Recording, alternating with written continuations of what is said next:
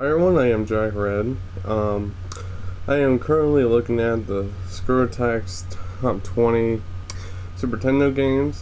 They broke it up into two lists because they figured, let's give us one half now and one half like. This is back when they first started, and both episodes are available.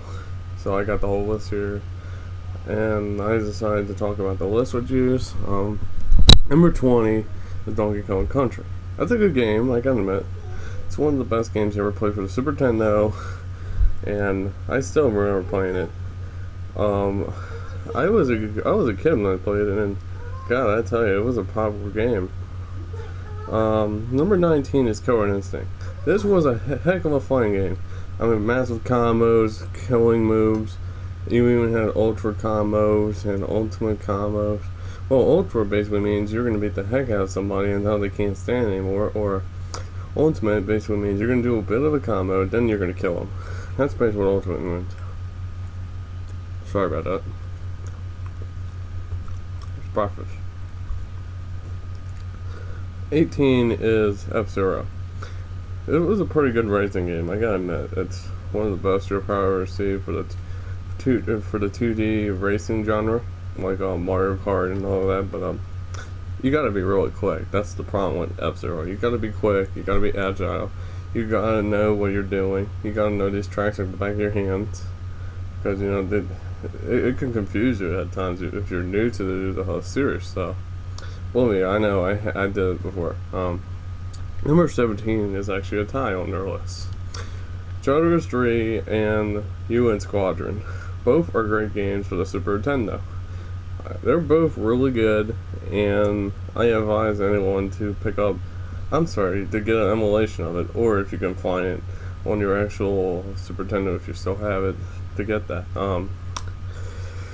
Next up is Star Fox. This was a good game. I still remember playing Star Fox 64 more than this game, but this is a good game indeed. It was a good original for a series, and still set the standards. According to a friend of mine who's also on YouTube, Robocop Man 22, that this was the first ever 3D game. So I'm actually happy to hear that. Next up is Teenage Mutant Ninja Turtles 4: Turtles in Time. This is a port of Teenage Mutant Turtles Turtles in Time, and basically it changed some things. It made it better. Despite it's only 2 players, then this is actually was the best version out of the three. Even though my personal favorite is Teenage Mutant Ninja Turtles: The Hyperstone Heist. Now, I'm being honest right here. I played them all. Well, maybe except for the original arcade game itself, but this is how some things are run nowadays. You don't always play the original of something, but you always play a popular game in there, and you're like, oh, I know this. So yeah. Next up is Super Street Fighter 2 Turbo. This was really good. I gotta admit, this is one of the best fighting games you ever see on the console, and it's really well made.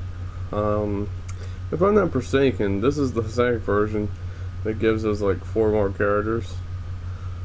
4 more characters, but not Zogma.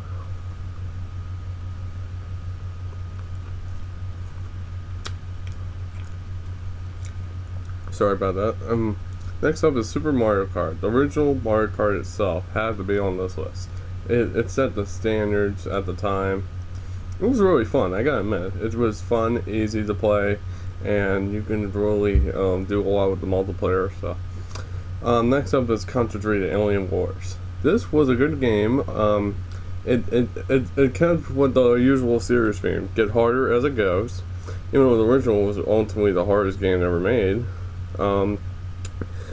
Moving on to that, I like the bosses in the game and the weapons. I like the fact that they gave you a machine gun rather than just like rather than just a gun that shoots single bullets, and I like that. Next up is Super Castlevania 4. This was the end of part 1 right here. Basically, this is a remake of the classic Castlevania made for the Super Nintendo, and it's one of the best games you ever play. Now, starting part 2 is number 10 is Act Riser. This was a game that's good. If you give me a moment, I can edit this part. I originally had Ack and Riser separated, but I found out that you have to have them together. So Next up is a personal favorite. I know not a lot of people really care for this, but you know, it's just me. Super Mario World 2 Yoshi's Island. This was a fun game. A lot of you probably think it's stupid just by the way it looks, but a lot of you did the same thing with the Wind Waker for the Legend of Zelda series, and you're being neglected doing that. I mean, sure, I did that for Legend of Zelda, but I never did it for this game. You know why? This was going to be the funner game. And I did play this when I was a kid, so. Next one is Mega Man X. It's one of the best Mega Man games ever made. It's one of the few that actually stands out and is worth your buy. Nowadays, Mega Man's nothing but crap, and I'm sorry to say that. I don't want people to get pissed off at me, but it's the truth. He is trading the crap. Next up is Super Mario World. This game must be on the list. This is the most sold Super Nintendo game there is. My God, I tell you, it's really good. You would love to play this in and out. Next up is Secret of Mana. It's an RPG title. It's pretty decent, from what I heard, but I'm more into number 5, Super Mario RPG. This was a good game. It comes to the Mario theme. What some things from the Mario series come up, keep it RPG. I like that. Next up is Chrono Trigger.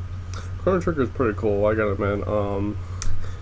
It has a good plot. It has like total of 13, just about 13 endings. It's pretty amazing. You can even have maggots in your party. I thought it was awesome. Well, before I continue on, if any of you heard of Radical Dreamer, I advise you not to play it. And you'll find out why if you've seen this one guy's videos. Next up is my favorite game on the whole console, Final Fantasy VI. Even though you see it as Final Fantasy 3, it's not really Final Fantasy 3 because the real Final Fantasy 3 was released on the NES, and at the time they had problems of doing putting their games in America soil. So you know what they did? For basically they give us a Final Fantasy 2, and we found out later that it was actually Final Fantasy 4 on Super Nintendo, and then this happened with 3 to 6. So basically we got 6, and this is a really cool game. You get all these awesome stuff from the stores, and you get all these cool bosses. You get 14 characters, and you get all these short-term playable characters. I gotta admit, this whole game rocks. I love it. Next up is the Legend of Zelda: A Link to the Past, Zelda 3. It's a good game. It was more for Dre, but this game was pretty fun, and it was really a standout Legend of Zelda game.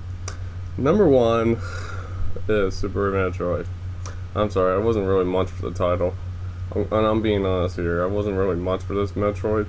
I like the original, and I like Metroid Prime 1, 2. I never played 3, but I like that too. And I also like Metroid Prime Hunters. So, I'll see you later, and I hope you enjoyed the video. Bye.